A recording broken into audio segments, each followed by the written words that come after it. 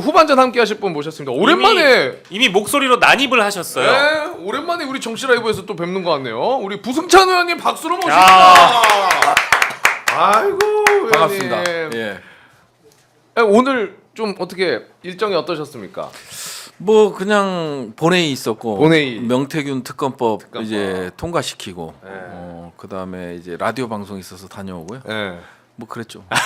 그럼 특검법은 저희가 조금 뒤에 좀 네, 여쭤보고. 네, 근데 네. 별명이 혹시 최근에 우리 부승찬 의원님 불리는 별명이 있습니까? 최근에? 38선 아니에요? 아니 뭐 지지자분들이 붙여주는 별명 혹은 민주당 주변 동료 의원들이 붙여주는 별명 뭐 이런 게 있을 수도 있어요. 제가 넘어가야 돼요. 네, 부팔선 어떻습니까? 부팔선.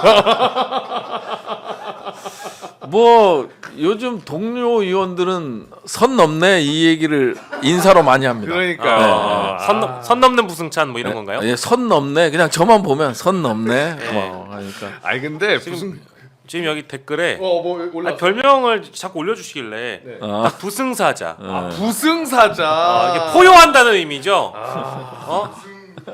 아니 근데 한번 해보자는 거야. 이제 이런 게 하나가 있는 거고 항아님께서는 부승질, 승질 낸다는 거죠. 부승질. 한번 해보자는 거요. 이런 의미에서 이제 알려주시는 것 같아요. 아니 부승질은 안 맞지. 예. 왜냐면 아니 부자가 들어가니까 부승질 하면 네, 승질은 승질은 아니다. 안 낸다.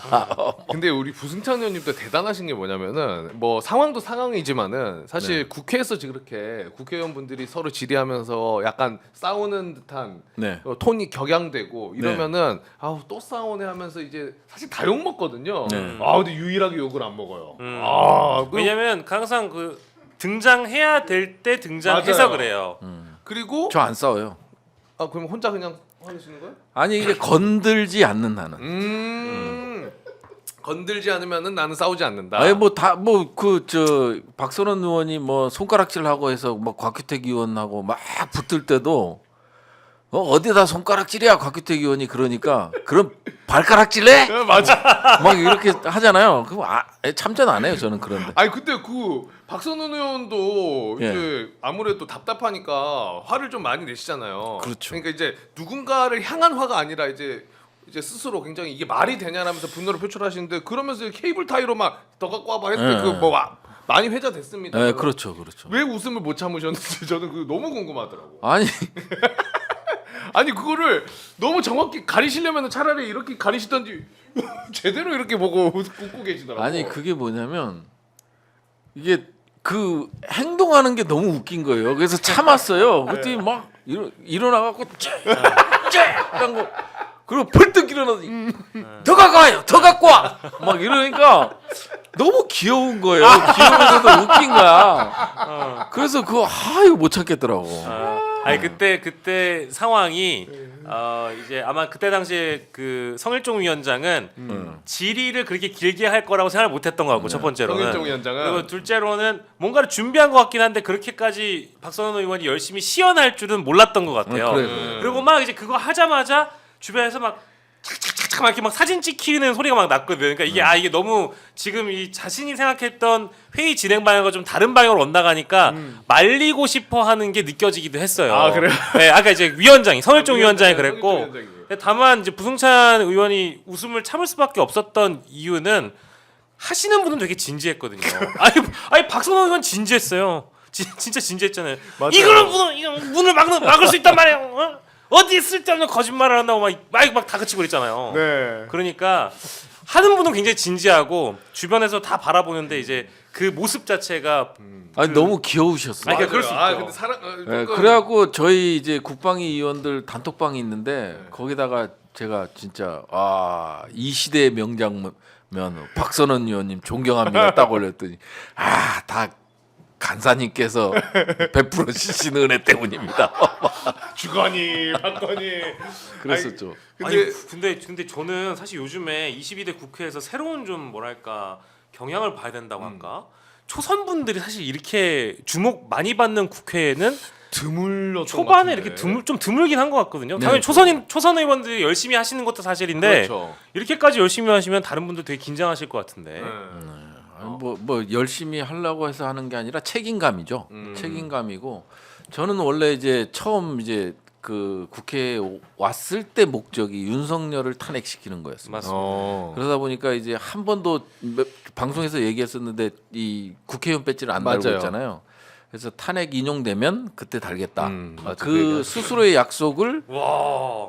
했었고 단 한 번도 배지를 달아본 적이 없어요. 아마 유일한 국회의원이지 않을까 싶은데 저와의 약속이고 그 다음에 어찌됐든 그 목표를 향해서 가고 있고 그러다 보니까 싸워야 되고 뭐 그런 거죠. 뭐 그러니까. 그래서 이제 지금 이 순간까지 온 거고 다 이제 민주당 의원님들이 다 열심히 하시고 뭐 한 몸이 거의 한 몸이 돼요. 근데 이제 아무래도 이제 내란국조 특위에 들어가고 국방이라는 또 상임위에 또 있다 보니까 이렇게 여론에 이 집중을 받을 그렇죠. 관심을 받을 수밖에 네. 없는 상황이다 보니까 그런 거고요. 뭐 자연스럽게. 저희가 뭐 그냥 잘나고 일 잘해서가 아니고요. 예, 그냥 책임감 속에 맞습니다. 열심히 하다 네. 보니까 예. 지금 뭐 그 민주당 의원분들 보시면은 그냥 나도 좀 돋보여야겠다 이런 분들이 아예 안 보여요. 그냥 진짜 뭐 얘기해 주신 것처럼 하나가 되어가지고 일단 이거 빨리 정리를 해야 된다 깔끔하게 그럼요. 빠짐없이 네, 그런 의지가 보이시고 근데 뭐 원래 이제 초선 의원분들은 배지가 없으면은 사실 잘 못 알아보는 경우가 사실 태반이죠. 많죠. 근데 부승찬은 좀 예외라고 봐도 되겠죠. 솔직하게 이거는 솔직하게 합시다. 많이 알아보시죠. 네. 제가 이제 천공 때부터 천공 그렇죠, 사태부터 해서 대변인 끝나고 천공 사태부터 아스팔트에 많이 나갔잖아요. 예, 그러다 보니까 이제 거기서 이제 응원해 주시는 분들도 많고. 근데 그때는 정말 힘들었죠. 이 권력이라는 게 뭐 지금도 이제 뭐 진행되고는 있습니다만은 사건들이 그때 사건들이 그때는 진짜 권력이 무서울 때잖아요. 무서울 때고 뭐 그냥 9명이 이제 압수수색을 들어오고 뭐 온갖 수사기관에서 다 수사 조사 받고 뭐 그 어려운 때였다 보니까 국민들이 많이 응원을 해줬죠. 그래서 이제 그런 것들 때문에 우리 국민들이 많이 알아봐 주시는 거죠. 네. 예. 야, 근데 이제 뭐 조금 디테일한 내용들을 하나하나 좀 여쭤보고 이야기를 나눠보면 좋을 것 같은데 예. 어쨌든 윤석열은 최후 진술까지 했고 탄핵 선고만 기다리고 있는 상황인데 네. 좀 돌아가서 생각해 보자면은 네. 참 우리나라 이 민주주의 정권 중에 민주주의 이후에 네. 대통령이 네. 정말 생각해 보면 이 별들 장성들을 데리고 이렇게 막 안가에서 술을 먹고 하는 경험이 있었나라는 생각이 문득 들더라고요. 지금 뭐 여인형은 그 자리에서 뭐 나는 반대했다. 그러면 저 사람 그래도 반대했나? 이렇게 생각할 게 아니라는 거죠. 저는 너무 이게 사실 특별한 건 특이한 건 맞는 거잖아요. 그렇죠. 이 대통령 사실은 국방부 장관도 대통령하고 독대할 이게 시간적 여유도 그렇고 네. 제가 이제 대변인 할 때 우리 장관님이 계셨지만 제가 모셨던 장관님이 계셨지만 대통령하고 독대를 해본 일이 거의 없어요. 드문 일이죠. 그냥 특히나 사적인 자리에서 대통령하고 독대하는 일이 거의 없죠. 그리고 이제 군인이 특히나 이제 방첩사령관이 이제 노무현 대통령이 그러셨잖아요. 기무사에 직보를 안 받겠다. 뭐 이렇게 해서 아예 그 기무사령관 지금은 방첩사령관 네. 이걸 완전히 잘라냈잖아요. 네. 그러니까 그때부터 약간 문화가 대통령이 뭐 장성들하고 만나서 이런 거는 그 뭐 권위주의 국가 뭐 박정희 전두환 때 가끔 있었을까? 그렇죠. 그 이후에는 완전히 사라졌던 건데 그러다 보니까 이제 그 여인영 전 사령관이 방첩사령관이 완전 히 힘을 받은 거예요. 그러니까 그러다 보니까 이제 우리 야당 국회의원들 특히나 이제 민주당 국방위 의원들한테 함부로 하고 뭐 그런 것들이 이제 지금 돌이켜 보면 그러네. 다 이유가 있었던 거였어요. 그 여인형의 그 표정 막 이렇게 네, 턱 네. 들고 저뿐만 아니고요. 모든 의원들한테 그랬어요. 거의 국회의원을 졸로 봤죠. 네. 그렇지는 이유. 근데 지금 돌이켜보면 이미 윤석열이랑 술도 먹고 그럼요. 얘기 나누고 네. 하니까 이제 의원은 뭐 좀 별거 아닌 것처럼 그 자는 느꼈을 수 아니 그 있겠네요. 대통령이 총회를 하잖아요. 그다음에 이제 충안고 10년 후배고 하니까 얼마나 귀엽겠어요. 그리고 군인들 모이는 데만 여인형을 배석시키는 게 아니라 그냥 국무위원들 그렇죠. 뭐 이런 때도 다 불러서 배석을 시키잖아요. 그러니까 실세 중에 실세라고 생각을 했고 그러다 보니까 이제 김용현이 이제 노상원이라는 그 진짜 희대의 아기보살. 범죄자를 다시 만나면서 여인형을 견제하기도 하고 이제 권력이라는 게 그렇잖아요. 김용현 같은 입장에서 봤을 땐 경호처장이 됐고 그러다 보니까 내가 실세 중에 실세라고 생각을 했는데 차지철이라고 생각을 했는데 이게 여인형이라는 김재규가 있네. 그잖아요. 네. 그러니까 이게 이상하네. 모양새가 약간 그런 거죠. 질투? 권력에 대한 이 권력자의 이 사랑을 혼자 독차지해야 되는데 이게 여인형이 자꾸 뺏어가는 거예요. 네. 그러니까 이제 아하. 노상원하고 완전 밀접하게 가까워질 수밖에 없었던 거고 그런 것 같아요. 지금 돌이켜 보면. 이 내란 사태 진짜 아니 근데 요 청문회가 지금 예. 내란 국조특위 예. 이게 이제 25일로 해가지고 예, 마지막이라고 보면 네, 되나요? 이제 내일 이제 의결만 남았어요. 그러니까 내일 이제 의결. 고발 조치하는 거라든지 이런 거 의결만 남아서 예를 들어서 그냥 핵심 관계자들이 안 나왔잖아요. 대통령부터 그러니까요. 시작을 해서 김용현, 노상원이, 노상원, 문상호 이런 사람들 뭐 안 나왔기 때문에 불출석한 사람들에 대한 고발 조치. 그다음에 이제 위증과 관련된 고발 조치들이 좀 있을 거예요. 뭐 조태용이라든지 와서 이제 거짓말을 하고 간 사람들. 김현태라든지 김현태 어떻게 해야 됩니까 진짜 일단 뭐 위증으로 김현태? 고발을 해야죠. 위증으로 예. 근데 약간 회유된 것 같다라는 의혹이 드십니까? 회유 김현태? 완전히 됐죠. 완전히 예. 지금 아마 성일종 위원장에 의해서 그 윤석열이 복귀를 꿈꾸고 있는 유일한 군인일 거예요. 김현태가 근데 그게 그러면 아니 왜 그러냐면 네. 지금 보면 이게 우리는 그때는 명령에 의해서 어쩔 수 없었다 이런 생각을 했잖아요. 초창기에는 군인들 네. 안타깝고 이런 생각을 했는데 아마 계엄에 성공했으면 가장 이 성과를 많이 낼 군인이었잖아요. 김현태 유리창 깨고 그렇죠. 들어가고 불 끄고 전기 내리고 전기 이제 단전시키고 할 수 있는 거는 모든 걸 했잖아요. 또 뭐 저 본회의장 그 앞에까지 왔었고 네. 뭐 이런 것들을 봤을 땐 계엄에 성공했으면 최대 공적자가 되는 거죠. 이야. 정말 근데 가장 배신감이 드는 인물 중에 한 사람일 거예요. 그러니까요. 김현태는 실제 작년 12월 9일로 제가 기억합니다만 눈물 제일 먼저 이제 기자회견 자청해가지고 눈물을 뚝뚝 흘리면서 그때 당시 했던 게 부대원들은 이용당한 피해자고 모든 책임은 나에게 있다 이렇게 얘기했던 사람이고 곽종훈 전 특수전사령관과 함께 이제 뭐 저기 박범계 의원도 만나고 민주당 의원들을 접촉하면서 실제 공익제보자가 되려고 했었던 그런 상황이 있었는데도 불구하고 향후에 바뀌는 이런 진술들을 보고 거짓말을 하는 걸 보면서 야 이거는 노선을 갈아타도 너무 잘못했다라고 생각을 했는데 알고 보니까 이번에 이제 국방위에서 나오는 이제 여러 이제 질의 과정 의원들끼리 하는 질의 과정 중에 일부 이제 국민의힘 쪽에서 회유 작업이 있지 않았겠느냐 이제 이런 의혹이 나오게 된 거죠. 그러니까 이제 뭐냐면 최초로 회유 작업을 의혹 제기를 한 거는 이제 박선원 의원이었죠. 그렇죠. 박선원 네. 의원이죠. 이제 해외 파병 부대장. 이거 남수단 쪽을 얘기했었고 이제 그거를 들었고 지금 그러다 보니까 이제 성일종 위원장하고 이제 만났으니 처음 만난 사람은 임종득이었어요. 임종득 만나서 김현태 단장이 예, 네. 임종득 만나서 이제 회유당했다고 얘기를 했나 봐요. 그러다 보니까 임종득 의원한테 그래서 이제 뭐 싸가지 얘기 나오고 선을 넘네. 한번 해보자는 거야. 그게 나구나.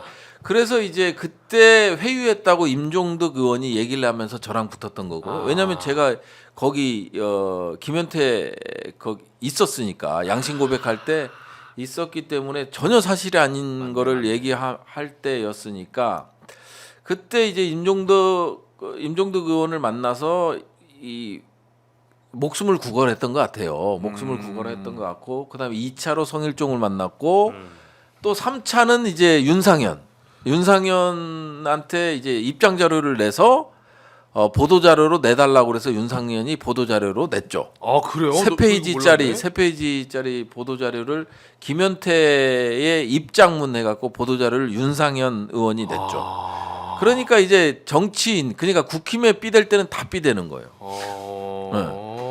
그런 식으로 이제 하고 있는 상황이죠, 김현태는.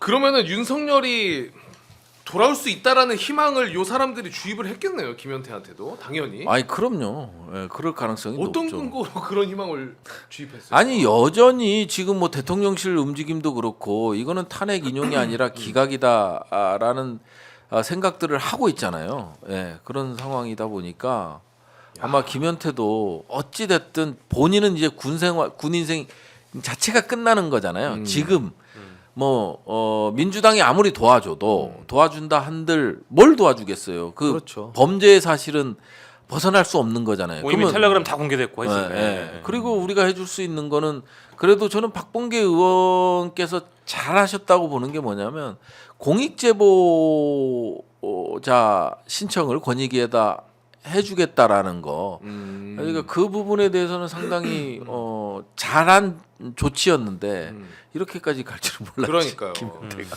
그러니까 박범계 의원도 그렇고 우리 민주당 의원님들도 김현태가 조금씩 달라지기 시작할 때 바로 뭐라고 하지 않았어요. 좀 기다려줬어요. 약간 여유 있게 분명히 좀 착오가 있을 거다. 혼란스러울 수 있다. 그런데 기다려줄수록 더 그렇게 더 가는 거죠. 더. 깜짝 놀랐죠. 더 가버리는 거죠. 완전히 그 윤석열 대통령이 헌재에서 얘기한 그대로 가버리는 거고 하다못해 뭐냐면 이 사람이 정말 스탠스를 잘못 잡고 가고 있다라고 느낀 건 뭐냐면 곽종군 사령관이 단독 지시였다. 뭐 이런 것들 있잖아요. 그건 곽종군 사령관만 아는 거잖아요. 대통령이 지시를 받아서 그 다음에 그거를 명령 하다를 한 거잖아요. 그렇기 때문에 그건 곽종군 사령관 입에서 나와야 될 답변인데 그렇지. 이게 단전도 대통령 지시 아니었다. 곽종군 사령관의 단독 그렇지. 지시였다. 이런 말들 있잖아. 이런 것들이 완전히 신뢰성을 잃게끔 하는 만드는 그런 행위들을 많이 했죠. 그러니까. 그 가장 결정적인 게 이제 그 김현태 단장 같은 경우에는 헌법재판소의 변론 기일에 나와가지고 증인으로 진술할 때 국회를 이제 봉쇄하는 거에 이제 방점을 두고, 그러니까 의원들 끌어내라는 그런 의미가 아니었다. 이런 식으로 얘기했는데 그 다음 날 바로 그날 저녁인가 그 다음 날에 그 이제 지상파 방송 단독 보도로 텔레그램이 텔레그램이 다 공개되는데 거기 안에서 본인이 의원이라고 얘기를 하잖아요. 이제 그런 거 보면은 뭐 사실 뭐 굉장한 패착이죠. 그렇죠. 의원님이 얘기해주신 것도 저도 매우 공감한 게 딱 그거였어. 김현태는 곽종군 명령을 받는 거지 윤석열의 명령을 받는 사람이 아닌데 자기가 뭐 어떻게 알고 저거를 저렇게 자신 있게 얘기하나. 그러니까 이제 그런 것들이 참 이게. 근데 뭐 그거는 이제 본인이 짊어지고 가야 할 이제 그렇죠, 무게들이니까 뭐 어쩔 수가 없는 거고. 요거 하나만 여쭤보겠습니다. 청문회 이게 국조특위는 이제 마무리가 될 텐데 개인적으로 더 좀 찾아내야 되고 놓치고 있다라고 생각하는 섹터나 아니면 인물들이 있습니까? 일단 김건희의 연관설이죠. 김건희. 그 다음에 좀 그 심우정 검찰총장이 국방차관하고 전화해서 전화번호를 물어봤고, 맞아요. 그래서 이제 결국은 이제 피고인이 됐습니다마는 그 피고인하고 체포해야 될 대상하고 검찰총장하고의 어떤 관계가 있고 무슨 통화를 했고 이런 통화 기록이라든지 이런 것들이 좀 봤으면 좋겠고 그다음에 이제 비아폰과 관련된 것들 불출 대장이나 이런 것들 그다음에 서버 이런 것들에 대해서 좀 확인하고 싶어요. 그러니까 김건희가 조태용하고 문자를 주고받은 두 차례 12월 2일 날 주고받은 거 그다음에 이제 3일 날 조태용 국정원장이 답장을 보낸 거 과연 여기서 드러나는 전모들이 새로운 인물들이 나올 거라고 보는데 저는 김건희와 연관된 인물들이 나올 거라는 생각이 들거든요. 김건희와 연관된 네, 그러기 때문에 이제 비아폰 서버가 정말 중요해요. 검찰, 국정원, 그다음에 김건희 다 비아폰들을 갖고 있는 사람들이기 때문에 이런 사람들이 과연 어떻게 연결될까? 그러니까. 과연 윤석열이 그냥 자기가 생각했을 때 지금 윤석열이 하는 게 그 마지막 변론이 다 거짓말이잖아요. 네. 다 거짓말이었죠. 다 거짓말했잖아요. 모두 거짓말. 빠짐없이. 제가 이제 그거 나오자마자 다음 날 국방과 관련된 거는 간사기 때문에 예산 그 뭐 인간의 누나를 빼간다 뭐 이런 표현까지 써가면서 어디에 또 지령을 받아서 이 북핵 대응 예산을 다 잘랐다고 그랬잖아요. 네. 그런 걸 보면서 가만히 있을 수 있었겠냐. 그러면서 이제 5개 사업을 얘기하는데 처음이 이 정찰 사업이거든요. 네. 이런 게 이게 1조 8천억 정도 되는 사업인데 4,852억 원을 깎았다고 그랬어요. 민주당 단독으로. 그게 아니고 정부에서 깎아서 온 거예요. 애초에 그렇죠. 애초에 깎아서 온 거고 나머지 것들도 그 사업 자체가 지연되다 보니까 계약을 못 하고 사업 추진을 못 해서 4개 사업에 대해서도 성일종 의원 그다음에 여당 간사 저도 이제 2개 사업에 대해서 삭감 의견을 냈고 전부 여야가 공의 삭감 의견을 냈어요. 왜 그러냐면 계약을 당장에 할 수 없고 사업을 추진할 수 없는 조건들이 있었어요. 그러다 보니까 예산을 반영하더라도 네. 네. 그래서 이제 국힘위원들하고 저희가 이제 삭감 의견을 동시에 낸 거고 그래서 이제 방사청이 동의를 한 거죠. 정부가 동의를 한 거고요.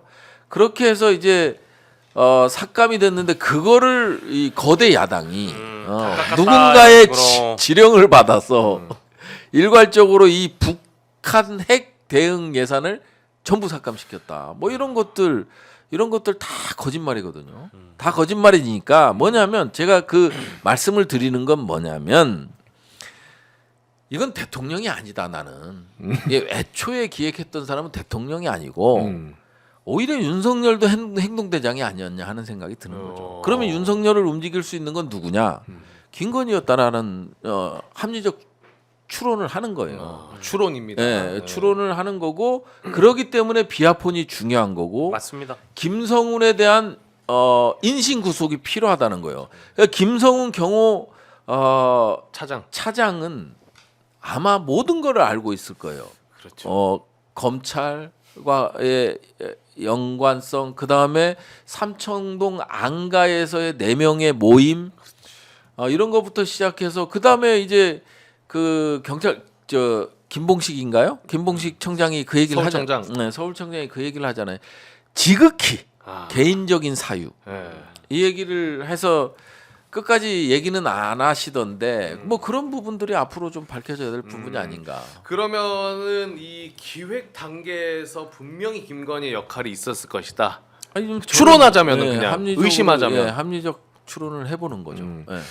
그러니까 그러면은 술자리에는 뭐 같이 안 있었을 거고 네. 술 먹고 들어오면 여인형 뭐래 뭐 애들 반응 어때 뭐 이런 식으로 했을 수도 있고 뭐 모릅니다만은 그러니까 이제 거기서 이제 뭐 이게 대통령실 모임에서 보면 김건희 이름은 없었잖아요. 네. 근데 나올 수도 있는 거야 앞으로. 아, 뭐 앞으로? 했다든지 뭐 이런 것들이 또 추가적으로 나올 수 있는 확률도 있기 때문에 그거는 좀 더 지켜봐야 되고요. 그렇죠. 당장 중요한 거는 국정을 무너뜨린 문란하게 만든 헌정 질서를 유린한 이제 내란의 수계 윤석열 대통령의 탄핵 인용이 가장 중요하고요.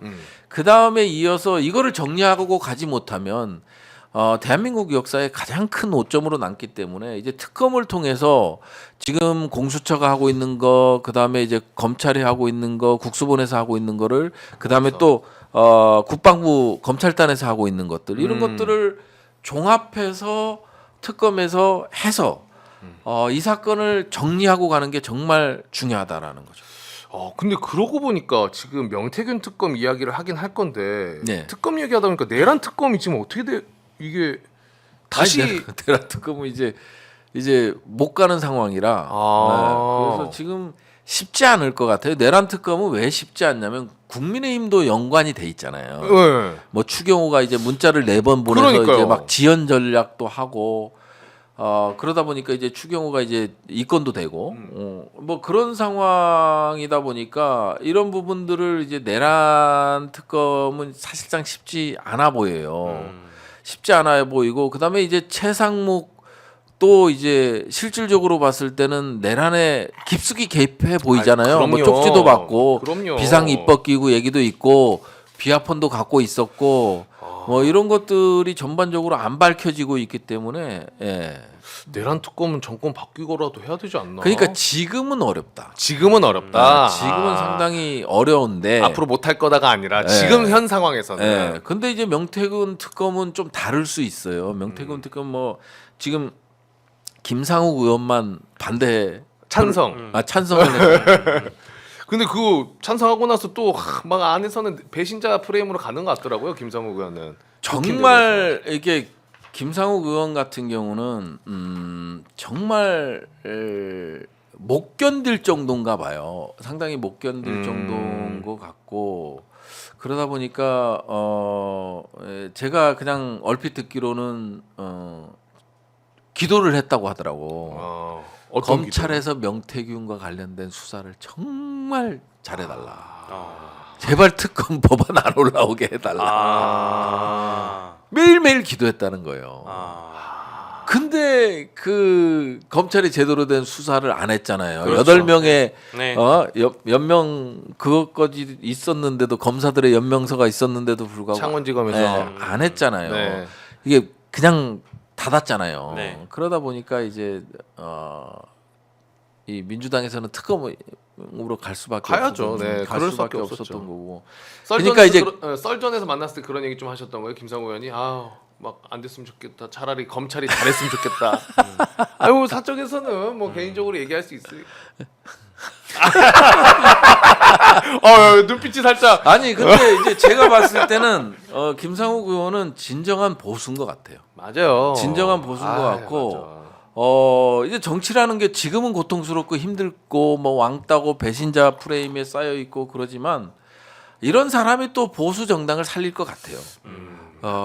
뭐 그래서 뭐 그 이 정당 해산 뭐부터 시작을 해서 또 이제 정치가 어떻게 흐를지 모르잖아요. 이게 와야 될 수도 있는 거고 그다음에 이제 분당이 될 수도 있는 거고 그럼요. 대선 과정에서 그렇잖아요. 한동훈 전 대표도 이제 결국은 그거잖아. 배신자잖아.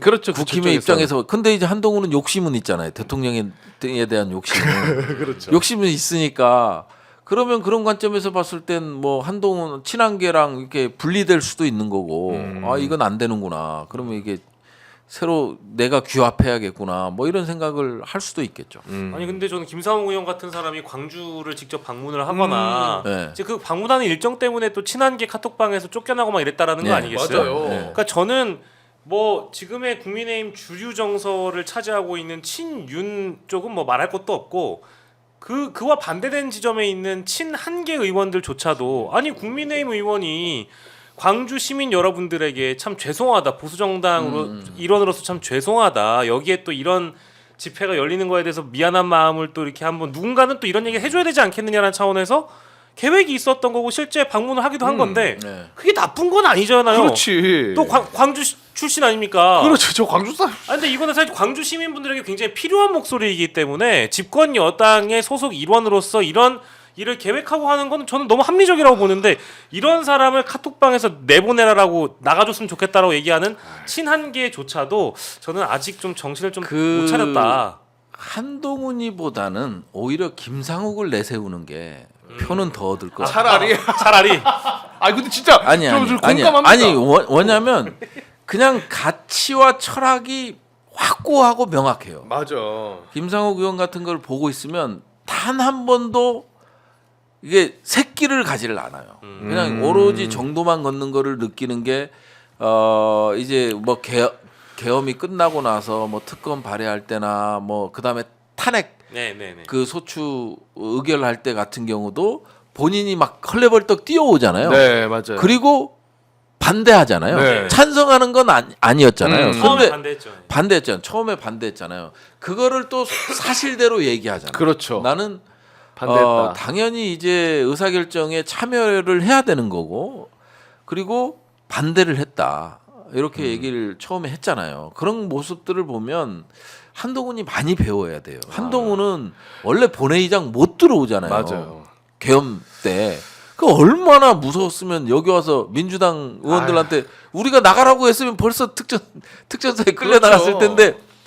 그리고 배응망도. 아니, 글쎄 저는 한동훈 전 대표 메시지 관리가 아주 잘못됐다라고 보는데 뭐 물론 당연히 이제 이재명 대표를 때려야만 자신이 이제 그 국민의힘 내부에서 그럼요. 지지세를 얻을 수 있다라는 그 당위성은 알겠어요. 한동훈 입장에서 그 한동훈 입장에서. 근데 지금 뭐 우리가 계엄 사태 12월 3일 어떤 일이 있었는지 다 알고 있는데 보도가 이미 다 됐는데 그래도 본인이 지금 현재 실제 물리적으로 목숨을 부지하고 있는 어디에 끌려가지 않을 수 있었던 이유는 어쨌든 민주당의 도움 또 이재명 대표의 도움도 있었다라고 보는 게 맞잖아요. 아 그렇죠. 원래는 본회의장에 들어올 수가 없잖아요. 그러니까요. 국회의원이 아니면 들어올 수가 없어요. 근데 이제 버젓이 들어와서 표결하는 것도 지켜보고, 예? 그 완전 얼굴이 상기돼 있더라니까요. 그러니까 거기서 이제 대통령실에서 연락 문자도 주고, 야 너 큰일 난다. 뭐 이런 문자도 공개하고 했잖아요. 뭐 최악이다. 뭐 대통령실 고위 관계자의 문자도 공개하고, 그렇지. 뭐 이런 걸 봤을 때, 그래서 저는 느끼는 게 한동훈은 더 많이 배워야 된다라는 관점이 아니라 네. 정치를 해서는 안 되는 사람이라고 저는 개인적으로 생각합니다. 윤석열은 똑같은 사람이라서 아니 평생 검사하다가 얼떨결에 윤석열 덕분에 장관하고 정치하게 된 사람이 네. 책에다가는 또 비겁하게 검사 관련된 건 쏙 빼고 책 내고. 아이 그리고 국민이 먼저다가 뭡니까? 뭡니까, 그게? 아이, 진짜 이 문재인 대통령 그 사람이 먼저다도 아니고. 아니 말도 안 국민이 먼저가 아닌가요? 국민은 항상 먼저입니다. 자, 우리 박영식 평론가 또 시방쇼가 먼저기 때문에 이제 가셔야 되죠. 먼저요? 네, 이동하시겠어요. 고맙습니다. 우리 의원님이랑 마지막으로 한두 가지만 얘기해보고 마무리하겠습니다. 저희도. 그 명태균 특검법은 어쨌든 오늘 본회의 통과가 됐으니까 네. 거부권은 뭐 기정사실로 돼 있는 거고 사실 최상목의 네, 거부권은 그렇죠. 네. 그럼 재표결을 하게 될 텐데 요거는 어떻게 전망하십니까? 가능성 그래도 높게 보시는 분들도 꽤 있으시던데. 이게 뭐냐면 결국은 여론인 것 같아요. 결국은 여론. 결국은 여론인 것 같고 이 뭐 명태균 녹취가 계속해서 이게 나오고 드러나고 있어. 나오고 계속 지속적으로 나오고 있는 상황이라 그런 상황에서 버티기 어려울 거예요. 만일 대선을 생각하면 보수 쪽에서도 한번 해보자 하는 그런 거를 갖고 있으면 이 특검에 대해서 거부권 행사하고 그 다음에 이제 재의결하게 된다면 여론 대선을 앞둔 여론이기 때문에 상당히 쉬워 보이진 않아요. 여기서 중대 결심을 안 하고 이걸 또 묻힌다. 그래서 이제 명태균 특검이 사그라진다, 없어진다, 뭐 이렇게 됐을 때는 국민의힘은 아예 뭐 속된 말로 사빠도 못 잡는 거지. 그렇기 때문에 좀 다른 거하고는 좀 다른 것 같아요. 뭐 김건희 특검이나 이런 거하고는 좀 다른 것 같아요. 네. 그 명태균과 거리가 있는 네. 그 오히려 국힘 안에서도 이제 친명 비명이 있다고 하더라고요. 네. 이게 명태균 씨가 묻어 있는 친명, 그 명태균이 묻어 있지 않은 이제 그런 사람들이 오히려 찬성표를 던질 수도 있겠네요. 그럴 가능성이죠. 제일 깨끗한 사람은 친한계잖아요. 그렇죠. 어찌됐든 친한계이기 때문에 야 이거 내가 지금 이게 통밥을 굴려보니까 야 나는 한동훈 입장에서 나는 절대 안 될 것 같아. 야 이거 어떻게 넘냐. 그렇지. 김문수를 어떻게 제낄 것이며 뭐 오세훈 홍준표를 어떻게 제낄 것이냐. 없잖아요 방법이. 그렇죠. 근데 한동훈 입장에서 오세훈이나 홍준표나 홍준표는 어렵다고 생각을 할 거예요. 이 상황으로 특검 안 가면 어렵다고 생각하지만 김문수는 해볼 만하다. 이게 그래도 이제 그 경선에 참여하는 중도들, 중도 보수들 이런 사람들은 김문수 찍을 일이 없기 때문에 아하. 해볼 만하다. 그래서 이걸 오세훈, 홍준표를 단박에 날리는. 아하. 그리고 이제 이준석도 이제 약간 이미지가 겹치는 게 있잖아요. 그렇죠. 예? 젊은 이미지 뭐 이런 것들이 좀 겹치는 부분이 있기 때문에 이준석까지 한 몸에 딱 날리면 이준석 지지자들이 결국 갈 때 잃어서 자기한테 올 것이다 이런 전략적 생각도 하고 있지 않을까 생각. 충분히 생각이 저도 그럴 가능성이 있을 것 같아요. 그런 생각이 좀 들어서. 오세훈 홍준표 달라고. 예. 그래서 어. 한동훈이한테는 이제 가장 좋은 카드는 결국은 명태균 특검이죠. 그렇죠. 그리고 한동훈이 혹시나 그렇게 된다고 하더라도 대선을 이길 거라는 생각은 안 할 거고 네. 대선은 뭐 어쩔 수 없는데 그걸 통해 이제 당권이라도 다시 한번 욕심이 나거나 아니야 그럴 수도 뭐 있어요. 그럴 수도 있고 네. 그다음에 이제 다시 이제 국민의힘이 개혁이 이루어지고 그다음에 뭐 분당이 되든 뭐 저 정당 해산이 되든 어찌 됐든 그러면 이제 한동훈이 설 자리는 생기는 거기 때문에 그런 거고 제가 봤을 땐 검사 출신은 이제 그 당분간 대통령 해서는 안 돼. 이 검사 출신 정치인이라는 이미지를 윤석열과 한동훈 그들이 완벽하게 지금 문들어 틀어놨기 때문에 어쩔 수가 없습니다. 맞아요. 그리고 오늘 그 민주당에서 아까 녹취 이야기 잠깐 해주셨지만은 네. 점점 국민의힘 의원들이 한 명 한 명 추가적으로 이렇게 나오는 것 같아요. 그렇죠. 와 오늘 나온 이제 내용은 윤한홍. 명태균 씨가 이제 지인이랑 통화를 한 거고 윤한홍 의원의 목소리가 나온 건 아닙니다. 그렇죠. 그런데 윤한홍이 그 도지사 관련해 가지고 22년 6월에 지방선거 앞두고 김건희한테 나는 도지사 나갈 생각 없다. 아무 욕심 없다. 사모님 옆에만 있는 게 저의 행복이다. 라는 이야기를 했다고 명태균 씨가 주장을 하는 겁니다. 요거 관련해서 윤한홍 의원의 반응이 나왔나?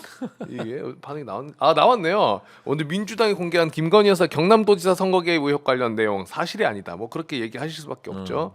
그리고 김건희 여사랑 통화하거나 대화한 적이 없다.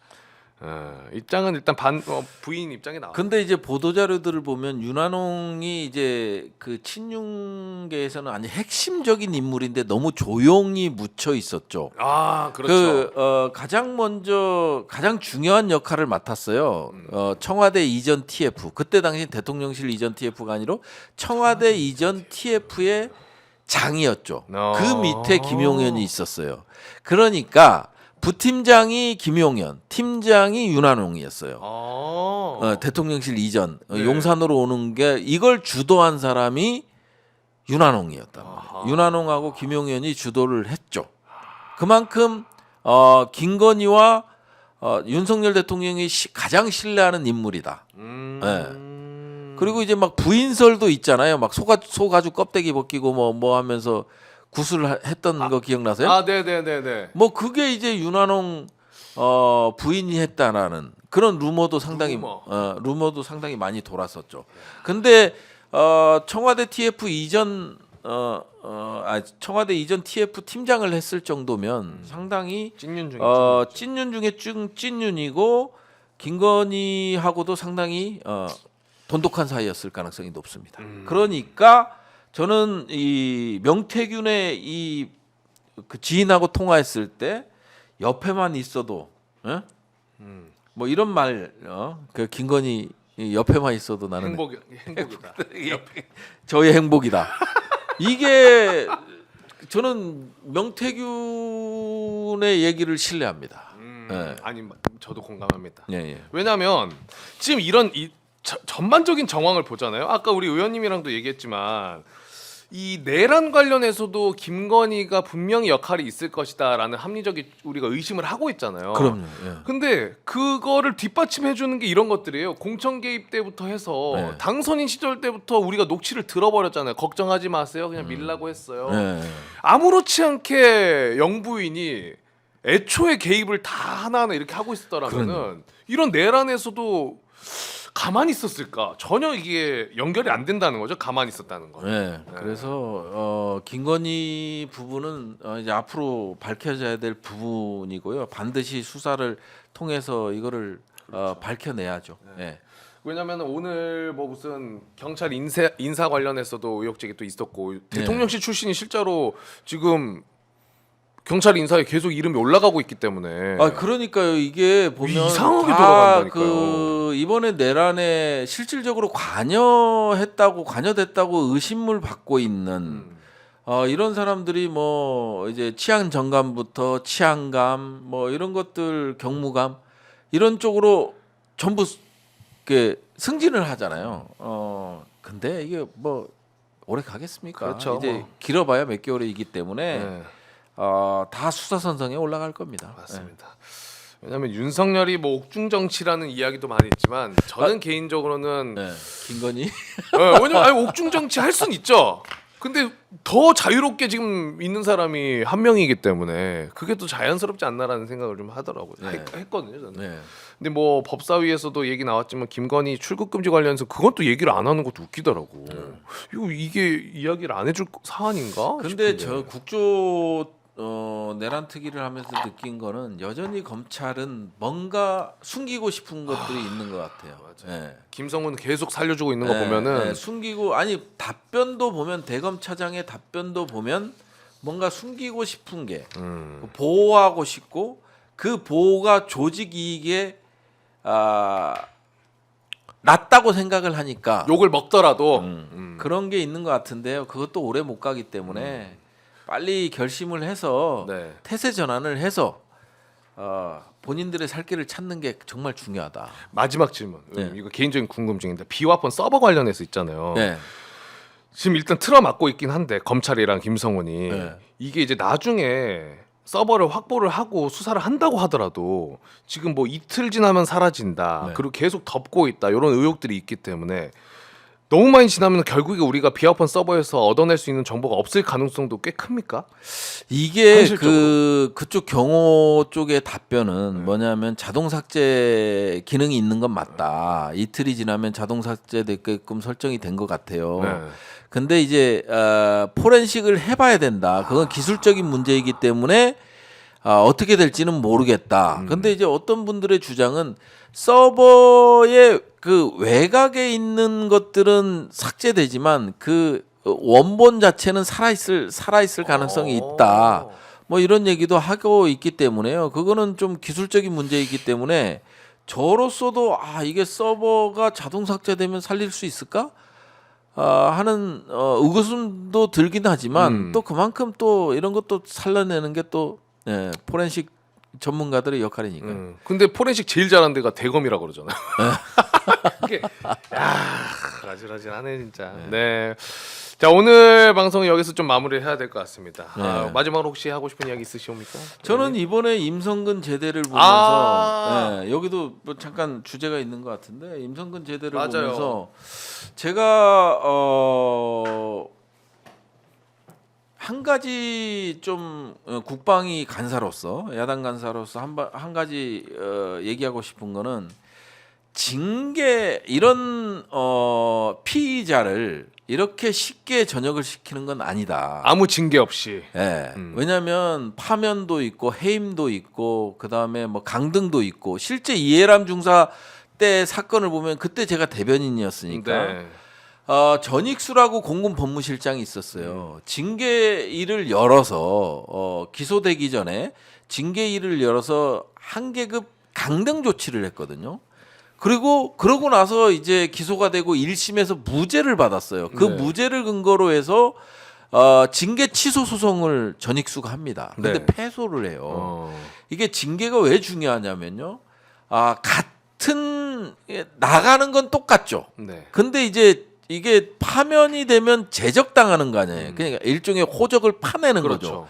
그렇기 때문에 내가 군생활한 증명서가 없어지는 거예요. 아. 그러면 연금부터 시작해서 복지 혜택 뭐 이런 것들 명예롭게 전역한 장성들하고는 완전 다른 것들을 받는 거거든요. 네. 그래서 충분히 징계일을 열어서 징계를 내리는 게 맞는데 여기서 과연 어떤 사람들이 움직였을까? 어떤 사람들이 이 징계를 막았을까? 앞으로 이것도 제가 봤을 땐 감사원 감사 수사 조사 대상이기 때문에 최병의 그 영혼을 달래기 위해서라도 그리고 남아 있는 가족들의 그 참 이 슬픔을 조금이라도 위로해 드리기 위해서라도 이 부분 그러니까 징계를 할 수 있었음에도 하지 못하고 내보낸 전례가 너무 많아요. 아. 뭐 해임 뭐 기소되기 전에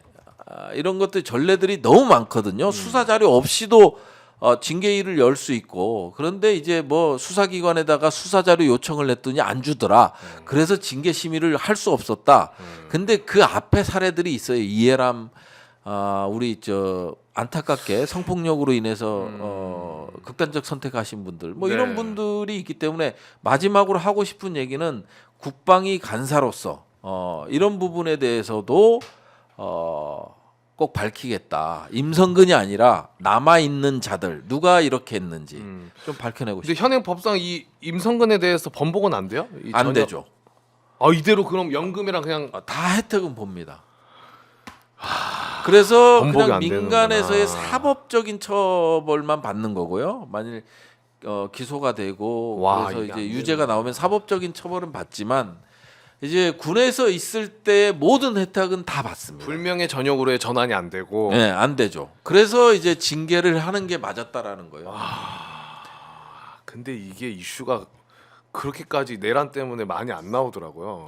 사람들 아마 만일 이게 내란이 없었으면 임성근 전 사단장 같은 경우는 징계돼서 해임이나 파면이 됐을 거예요. 해임 정도는 됐을 거예요. 절대 이렇게 제대 네, 못했을 거예요. 해임되면은 뭐 당장의 모든 것들 뭐 연금부터 시작해서 뭐 이런 것들이 다 아. 박탈되니까 요거는 제가 끝까지 노력을 해보겠습니다. 네. 이제 임성근은 불명예죄든 전역을 못 시키지만 최소한 그 이 과정에서 징계를 막았던 막고 전역을 시켰던 이 사람들에 대해서 뭔가 있는지는 밝혀내겠습니다. 꼭 노력해 주시면 네. 감사하겠습니다, 의원님. 자, 그러면 오늘 방송은 여기서 마무리를 하도록 하겠습니다. 의원님 너무나 감사드리고 하나 공지 드릴 게 있는데요. 저희가 이제 개편이 있어가지고 오늘 방송으로 저는 인사를 드리고요. 저희가 금, 토, 일, 월 이렇게 4일을 쉬고 제작진분들도 좀 쉬어야 되니까 다음 주 화요일부터 새롭게 시작을 합니다. 다음 주 화요일부터 새로운 분과 함께 더욱더 풍성하게 방송을 우리 제작진분들이 만들어 드릴 예정이니까 앞으로도 저녁 10시로 가나요, 우리가? 네, 저녁 10시로 갑니다. 이제 화요일부터 저녁 10시 1시간 더 여유 있게 시작하니까 많이 찾아와 주셔서 응원해 주시면 감사하겠습니다. 하루 일주일 돌아와. 저는 여기서 인사드리고요. 의원님과 함께 인사 나누겠습니다. 고맙습니다. 고맙습니다. 네, 고맙습니다.